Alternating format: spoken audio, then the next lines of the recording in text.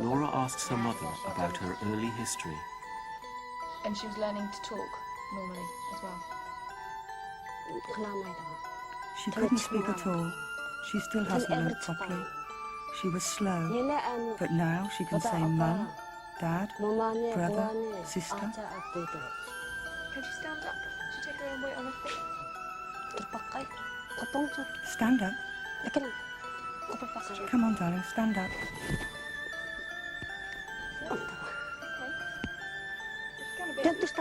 Stay still. Let your hands relax. You take 2 steps.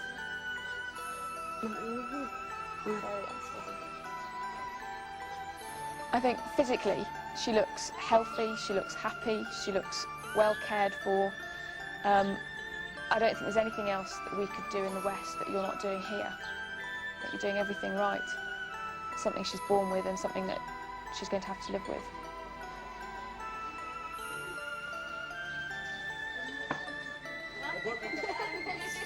Within a short time, we see several different types of congenital disorder, but we need to investigate the possible causes.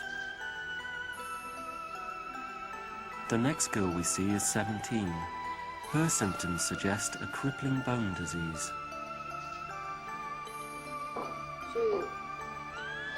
This one was born in the hospital. At the time, nothing seemed seriously wrong. Then she started to twist herself backwards. We thought she needed ointment, so we gave her some. We often took her to the doctors. He told us it was caused by calcium deficiency. And what's happened to the progression of her illness since then? 2 years ago, she started to twist herself backwards again. Her bones started to crack. Her ankle had been broken since last winter. Somehow, when her nerves pull, the bone is pulled with it. Look at her. There's no flesh left on her legs.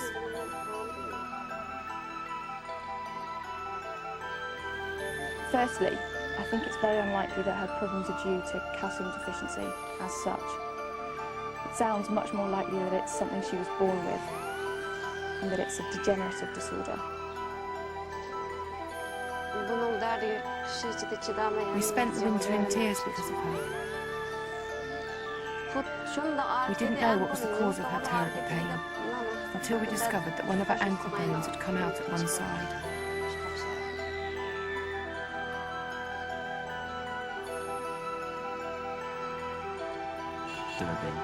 Many of these cancers are among the young.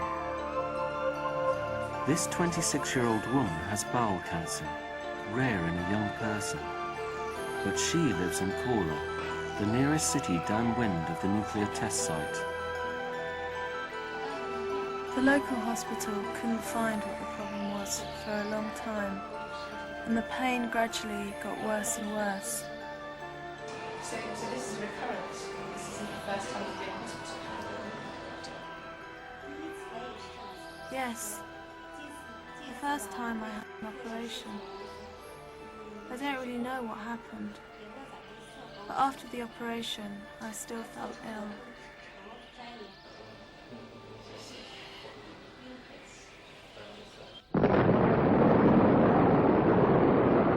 After radiation exposure, one of the cancers which appears most quickly is leukemia.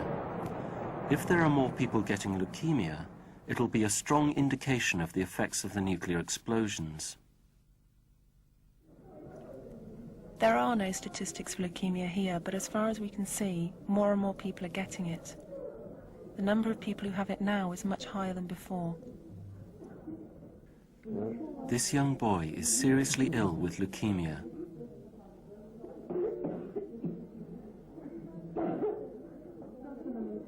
His skin is covered in black marks as a result of the disease. Many families have children with blood cancers, but they can't go to hospital. Blood cancers are difficult and expensive to treat, so many people just die. Some of the people are diagnosed, but then realise they can't afford the treatment, so they leave.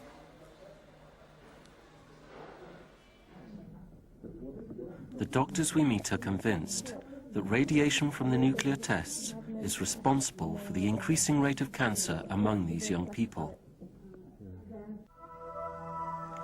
But they also say the Chinese state is blocking all access to the truth.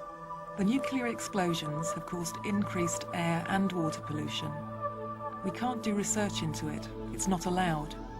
We can't do any of the research.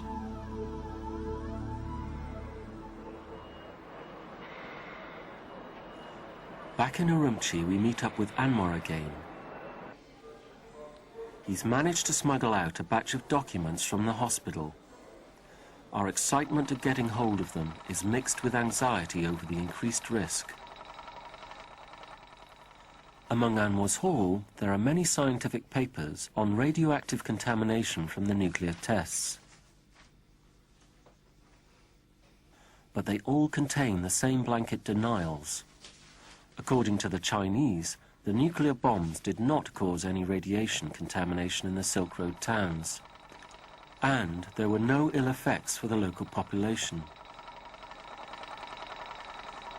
But evidence from the international scientific community shows this to be untrue. Fallout from Chinese nuclear tests was detected 5,000 miles away, even in Britain. We spend the night sifting through piles of documents. Suddenly we get a break. A scientific paper from the epidemiology department of Xinjiang Medical College. It says that here in Urumqi, the largest city near the test zone, the number predicted to die from cancer is going to virtually double between 1993 and the year 2000. An extraordinary increase. We record the sensitive documents onto videotape so we can smuggle them out as tourist film. We are now determined to get hold of further documentary proof. Anwar decides to take a huge gamble. He asks his contacts directly to get him access to a specific, highly confidential document. He knows that any one of them might betray him to the police. To avoid any suspicion, we return to our role as tourists.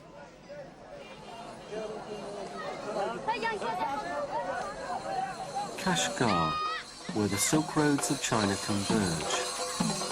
In summer, it is the highlight of any tourist trip.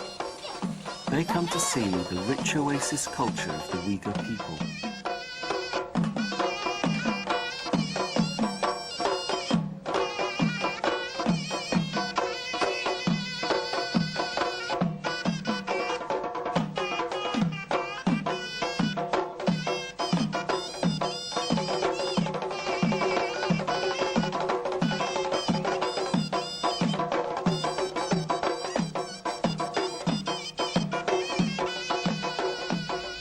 By race, they are not Chinese at all. But all Chinese nuclear bombs have been detonated in their homeland.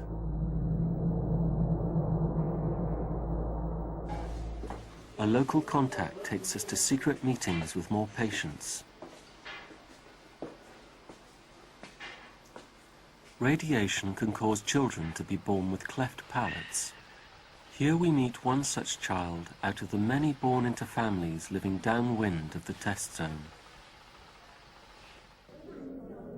After the bombs were exploded 10 years ago, in the towns near the test site, many children were born with cleft palates.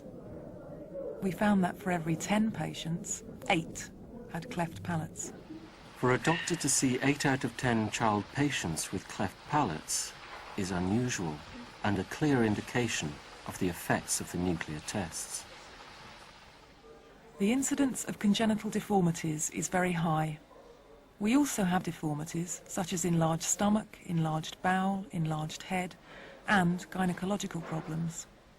There are many children with deformities that we never find out about. They just die. Nobody has ever said it, but we think the nuclear pollution is the cause. This 6-year-old boy is typical of the children we meet. His doctor's report states that his brain has not formed normally. So what things can he do now?